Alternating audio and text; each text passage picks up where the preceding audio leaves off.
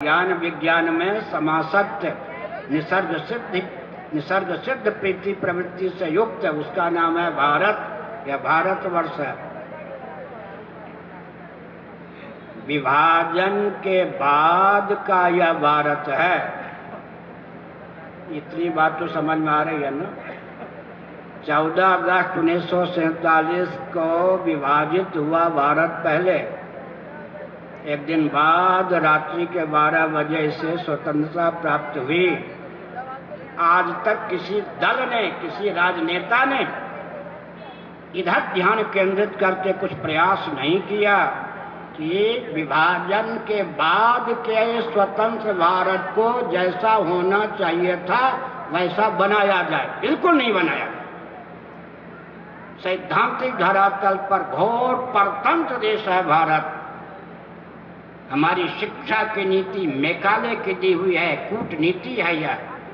इसके आधार पर नीति अध्यात्महीन शिक्षा पद्धति के आधार पर, देहात्म भाव भावित शिक्षा पद्धति के आधार पर हम सनातन वैदिक चेतना को उज्जीवित रख ही नहीं सकते। हम अपने मस्तिष्क का सर्वांग विकास कर ही नहीं सकते। हमारी रक्षा की प्रणाली ऐसी है कि हम कभी भी सुरक्षित नहीं रह सकते। कृषि गौरक्ष वाणिज्य के प्रकल्प हमारे ऐसे हैं कि हम दरिद्रता के कगार पर पहुंचे बिना नहीं रह सकते। सेवा और उद्योग के प्रकल्प भी हमारे अपने नहीं हैं। संविधान की आधारशिला हमारी अपनी नहीं है। स्वतंत्र भारत में 70 वर्ष बीत जाने पर भी हिंदू एक नंबर का नागरिक नहीं। क्या है? सैद्धांतिक धरातल पर परतंत्रता, परतंत्रता, घोर परतंत्रता। इसी उद्देश्य से स्वतंत्रता की प्राप्ति चाहिए थी क्या? इस पर विचार करने की आवश्यकता है। और भारत में सत्ता लोलुपता, दूरदर्शिता राजनीति का पर्याय बन चुकी है। इसके पीछे किसी का दोष नहीं है। दोष है तो क्या है, इस पर ध्यान केंद्रित करना चाहिए। अंग्रेजों की कूटनीति के कारण जिस प्रकार की शिक्षा पद्धति, नीति और अध्यात्म से विहीन भारत को प्राप्त है, उस शिक्षा पद्धति के आधार पर ही जिन व्यक्तियों का हृदय और मस्तिष्क बना है, उस हृदय और मस्तिष्क से युक्त व्यक्तियों के द्वारा संभव ही नहीं है कि भारत को भारत के रूप में उद्भाषित करें या भारत के मौलिक स्वरूप को समझ भी सकें। इसलिए विकास के नाम पर वही मार्ग अपनाया जाता है जिससे हमारे अस्तित्व और आदर्श का विलोप होता है। उदाहरण के लिए अंग्रेजों की कूटनीति थी, अरे तुम्हारे पूर्वज जंगली थे, वनवासी थे। उनकी कूटनीति को हमने कूटनीति न समझकर यथार्थ समझा। गांव वाले भागने लगे नगर की ओर, वनवासी वन को छोड़ के भागने लगे नगर की ओर। ठीक, गांव में भी संयुक्त परिवार नहीं रह गया, वन में भी संयुक्त परिवार नहीं रह गया, महानगर में तो संयुक्त परिवार रह ही नहीं सकता है। संयुक्त परिवार विहीनता के कारण सनातन कुल धर्म, जाति धर्म, वर्ण धर्म, आश्रम धर्म, कुल परंपरा, कुलाचार, कुल वधु, कुल देवी, कुल देवता, कुल गुरु सबका लोप हो गया। इनके लोप होने का अर्थ होता है कि मनुष्य को विकास के नाम पर, भारतीय मनुष्यों के संतान को विकास के नाम पर भोजन करने, संतान उत्पन्न करने की मशीन बना के रख दिया गया। इसीलिए भारत को स्वतंत्रता चाहिए थी क्या? इस पर विचार करने की आवश्यकता है सज्जनों। हमारी पहचान क्या है? धीरे धीरे विवाह की प्रथा भी इतनी विकृत की जा रही है विकास के नाम पर कि हम अपने अस्तित्व आदर्श की रक्षा ही नहीं कर सकते। ये भूलदंड हैं। किसी विश्वविद्यालय में इनको प्रशिक्षण प्राप्त नहीं हुआ कि शरीर के किसी अंग या प्रत्यंग पर वार की संभावना हो, टूटने फूटने की चिंता किए बिना यूं कर दो। इन भूलदंडों में परंपरा प्राप्त निसर्ग सिद्ध संस्कार है। ये भूलदंड परंपरा प्राप्त निसर्ग सिद्ध संस्कार सम्मिलित हैं। इसका मतलब हमारी पहचान ही विलुप्त हो रही है विकास के नाम पर। हम विकास के पक्षधर हैं। वेदादि शास्त्र के अनुरूप विकास को परिभाषित और क्रियान्वित करने की आवश्यकता है। इतना मैंने संकेत किया सज्जनों। साथ ही साथ एक सबसे बड़ी विडंबना है कि घर में संवाद लुप्त हो गया। आपके यहाँ होता क्या? प्रतिदिन घर के सदस्य बैठते हैं क्या? बहू और सासू जी में गांठ, पति पत्नी में गांठ, भाई बहन में गांठ, क्या है? संवाद का विलोप हो गया। सद्भाव पूर्वक संवाद का विलोप हो जाने के कारण इतनी अनावश्यक दूरी बढ़ गई है कि हम संवेद होकर, संगठित होकर अपने प्रशस्त मान बिंदुओं की रक्षा नहीं कर सकते। मैं आलोचना की दृष्टि से कुछ नहीं बोलता, वेदना पूर्वक मैं संकेत कर रहा हूं। विश्व स्तर पर मेरा यह विचार प्रसारित होना चाहिए।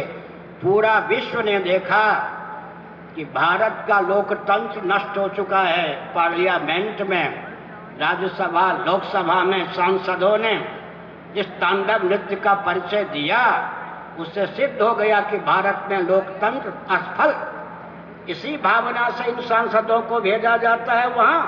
क्रिकेट के मैदान में जिस प्रकार की गंदगी नहीं होती, उस प्रकार का कोलाहल, हु हल्ला करना, जनता के अस्तित्व आदर्श के साथ खिलवाड़ करना, इन जिनको संविधान में संशोधन करने का अधिकार प्राप्त है, संविधान बनाने का अधिकार प्राप्त है, उनका स्तर कितना है पूरा विश्व ने देखा। इसका मतलब भारत में लोकतंत्र को वर्तमान पार्लियामेंट के सदस्यों ने विफल कर दिया, विश्व स्तर पर सिद्ध कर दिया कि भारत लोकतांत्रिक देश नहीं है। दूसरी बात है, अवश्य मैं कुछ नहीं जानता, मैं ये जानता हूं कि पूरा विश्व देख रहा है। अभी माननीय उच्चतम न्यायालय को लेकर जो बवाल चल रहा है, अगर उच्चतम न्यायालय में भी ये बवाल, पत्रकारिता का वातावरण, सद्भाव पूर्वक संवाद के बिना कोलाहल, आगे तो हमारा कुछ भी नहीं बचेगा। यह वर्ष हमारे लिए कितना दुखद रहा है कि पार्लियामेंट ने दिखा दिया कि भारत में लोकतंत्र नामक कोई चीज नहीं। ये सांसद वास्तव में संसद भवन में प्रवेश करने योग्य नहीं। इसी प्रकार से ये सुप्रीम कोर्ट का नंगा नाच सिद्ध कर रहा है कि वास्तव में भारत में न्यायतंत्र भी विलुप्त है। ऐसी स्थिति में सज्जनों, हमारे अनुकूल हमको न्यायतंत्र प्राप्त नहीं, हमारे अनुकूल हमको राजनीतिक दल प्राप्त नहीं। किसके लिए ये सब कोलाहल हो रहा है? विपक्ष का अर्थ यह नहीं होता विरोधी दल। ऐसी स्थिति में सद्भाव पूर्वक सामंजस्य न होने के कारण भारत उपहास का पात्र बन रहा है विश्व स्तर पर। ऐसी स्थिति में जो समझदार महानुभाव हैं, राष्ट्रभक्त हैं, पार्टी और पंथ से ऊपर उठकर भारत के अस्तित्व आदर्श की रक्षा का मार्ग प्रशस्त करें। एक दृष्टांत देता हूं। इन सब के पीछे मूल चीज क्या है? गोवंश सुरक्षित नहीं, सतियां सुरक्षित नहीं, गंगा इत्यादि प्रशस्त मान बिंदु सुरक्षित नहीं, महायंत्रों के प्रचुर आविष्कार और प्रयोग के कारण हर दिव्य वस्तु और हर दिव्य व्यक्ति का विलोप हो रहा है। अंधेरे में विकास के नाम पर बहे जा रहे हैं। कटुता की पराकाष्ठा, किसी का मस्तिष्क रूस के द्वारा संचालित होता रहा है और है, किसी का मस्तिष्क चीन के द्वारा संचालित होता रहा है और है, किसी का मस्तिष्क पाकिस्तान के द्वारा संचालित होता रहा है और है, किसी का मस्तिष्क बांग्लादेश के द्वारा संचालित होता रहा है और है, किसी का मस्तिष्क अरब राष्ट्र के द्वारा संचालित होता रहा है और है। भारत के अनुकूल मस्तिष्क का परिचय देकर भारत के उत्कर्ष में सहभागिता का परिचय देना हमारा आपका दायित्व है। लेकिन इस दायित्व के निर्वाह में हम पंगु क्यों हैं? क्योंकि परंपरा प्राप्त गुरुओं का तिरस्कार किया गया है। अंग्रेजों ने एक राजनेता को आध्यात्मिक मनीषी के रूप में ख्यापित किया, अंग्रेजों ने एक राजनेता को भारत के प्रधानमंत्री के रूप में ख्यापित किया, कि विनोबा जी ख्यापित किए गए, अब दलाई लामा जी ख्यापित किए गए हैं। भारत को भारतीय परंपरा के अनुसार, प्रशस्त परंपरा के अनुसार आध्यात्मिक मनीषी का मार्गदर्शन सुलभ न हो, भारत अपने अस्तित्व आदर्श को उद्भाषित न कर सके, इस विदेशी कूटनीति पर पानी फेरने की आवश्यकता है। 3-4 वाक्य और मैं बोलता हूँ सूत्र रूप में, ताकि आपको याद रह सके। ध्यानपूर्वक सुनिए। भारत का उत्कर्ष हमको आपको पसंद है, अवश्य पसंद है, तो विचार करना चाहिए। पहला कदम यह उठाइए कि अंग्रेजों की कूटनीति को अभिशाप समझें, वरदान न समझें। ध्यान गया आपका? अंग्रेजों की कूटनीति को अभिशाप समझें, वरदान न समझें। पहली बात, अंग्रेजों की कूटनीति पर पानी फेरें।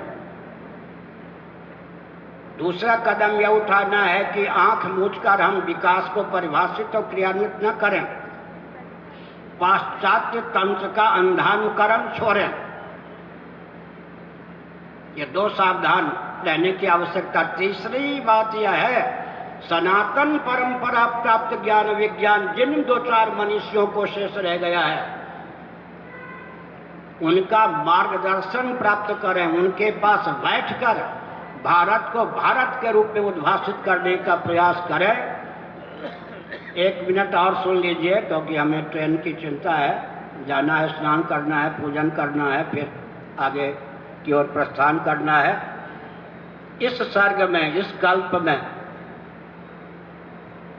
हमारी जो वंश परंपरा, गुरु परंपरा की अवधि कितनी हो गई, इस पर विचार कीजिए।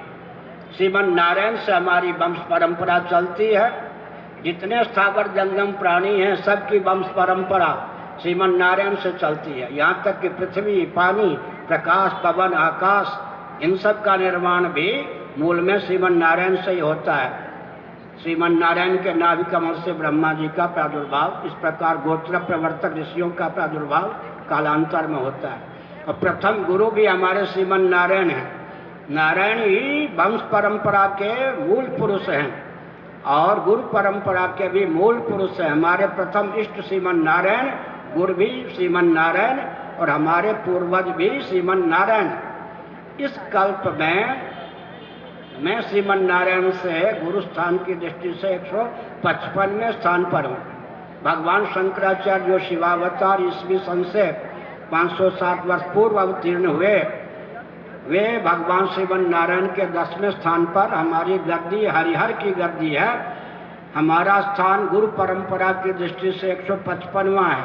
भगवान शंकराचार्य के बाद 145वां, श्रीमन नारायण से 155वां।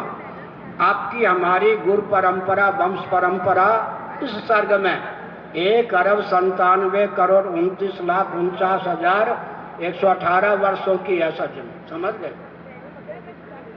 सावधान, अजगर की प्रजातियां लुप्त हो जाएं, गीध की प्रजातियां लुप्त हो जाएं। ये क्या है? राजस्थान है ना। अब तो ट्रैक्टर, जीप आदि के चपेट में आकर ऊंटों की प्रजातियों को लुप्त कर रहे, गधों की प्रजाति को लुप्त कर रहे, सांड की प्रजाति को लुप्त कर रहे, यंत्र यंत्र यंत्र स्थावर प्राणियों की प्रजातियां लुप्त हो रही हैं। लेकिन थोड़ा विचार कीजिए, 1,97,49,49,118 वर्षों से जो हमको ज्ञान विज्ञान की परंपरा प्राप्त है, उसका विलोप हो जाने पर इससे अधिक क्षति विश्व की कुछ हो सकती है क्या? इधर किसी राजनीतिक दल का ध्यान है क्या? यहां तक षड्यंत्र चल रहा है कि जो किसी राजनीतिक दल का एजेंट नहीं बनेगा, यंत्र नहीं बनेगा, उसको कुचल दिया जाएगा। वे पोप महोदय को कुचलते नहीं, क्षापित करते हैं, और हम परंपरा प्राप्त आचार्य को कुचलने का प्रयास करते हैं। आज आचार्य चाहिए तो भाजपाई, कांग्रेसी, सपाई, बसपाई। आप अपने कार्यकर्ताओं को संत और शंकराचार्य बना के घुमाओगे, आपका कल्याण कैसे होगा? राष्ट्र का कल्याण कैसे होगा? इसलिए राजनेताओं के व्यामोह को समझकर बुलंद स्वर से विचार करना चाहिए कि भारत के हित में राजनेता कदम उठावें, और न उठावेंगे तो व्यासतंत्र की वो क्षमता होती है, और व्यासतंत्र का अधिकार होता है, व्यासतंत्र में वो बल और वेग होता है। अगर शासन तंत्र अपने शोधन का मार्ग नहीं निकालता तो आचार्यों का दायित्व होता है, परंपरा प्राप्त में बल और वेग होता है कि क्या राज शासन तंत्र का शोधन करें। व्यासपीठ को विकृत भी शासन तंत्र के द्वारा किया गया है, और शासन तंत्र तो विकृत होकर रसातल तक पहुंचने की स्थिति में है। इसलिए व्यासपीठ का शोधन हो, शासन तंत्र का शोधन हो, दोनों में सैद्धांतिक सामंजस्य के द्वारा भारत भारत के रूप में पुनः उद्भाषित हो, सकल विश्व में भारत एक आदर्श राष्ट्र के रूप में उद्भाषित हो। इस भावना के साथ प्रवचन को विराम। जगत गुरु शंकराचार्य भगवान की हर हर महादेव। धर्म की, धर्म का, प्राणियों में, विश्व का, गौ माता की, गोहत्या, भारत अखंड हो, भारत भारत। जगत गुरु शंकराचार्य भगवान की हर हर महादेव।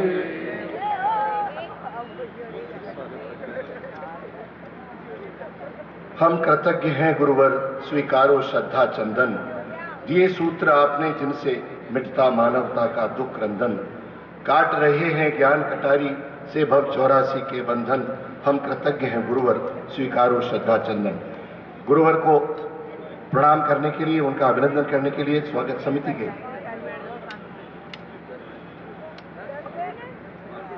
सम्माननीय सदस्यों को मैं आमंत्रित करूं। उससे पहले जो हमारे यहाँ धर्म प्रेमी जो भी भक्तवृंद यहाँ पधारे हुए हैं, वो नारायण पादुका के दर्शन करने के लिए मंच के सम्मुख जो नारायण पादुका यहाँ विराजित हैं, उनके दर्शनों के लिए वे आमंत्रित हैं। मैं मंच पर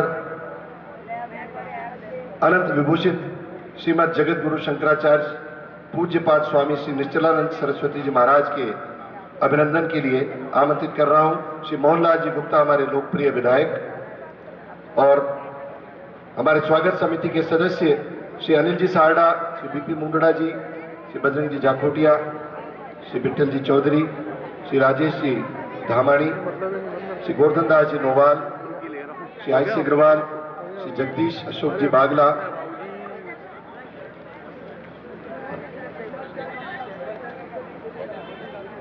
श्री डीपी खंडेलवाल, श्री जुगल जी डेरेवाला, श्री काली चरण दास जी कोडिया, श्री केदारमल जी भाला, श्री मदन लाल जी करनानी, श्री नटवर लाल जी सारडा कानावाले, श्री ओम प्रकाश अशोक जी लाहौटी, श्री पीडी गोयल, श्री पवन बजाज, श्री प्रदीप खेतान, श्री राजेंद्र मुंदड़ा, श्री राजेश धामानी, श्री राजेश काबरा, श्री राजू जी मंगोड़ी वाले, श्री राम अवतार जी विजय, Shri Ramesh Chandra ji Baheti, Shri Ramesh Manihar, Shri Ram Swaroop ji Sudhir ji Jaju, Shri SN Gupta SNG group, Shri Satyanarayan ji Baldua, Shri Satyanarayan Kabra JD Supari, Shri Shantilal जी जागेटिया, श्री सुरेश जी अग्रवाल, श्री सुरेश जी कालानी और श्री जसबीर सिंह जी जो राजस्थान अल्पसंख्यक आयोग राजस्थान सरकार के अध्यक्ष हैं। आप महाराज जी के अभिनंदन हेतु आमंत्रित हैं।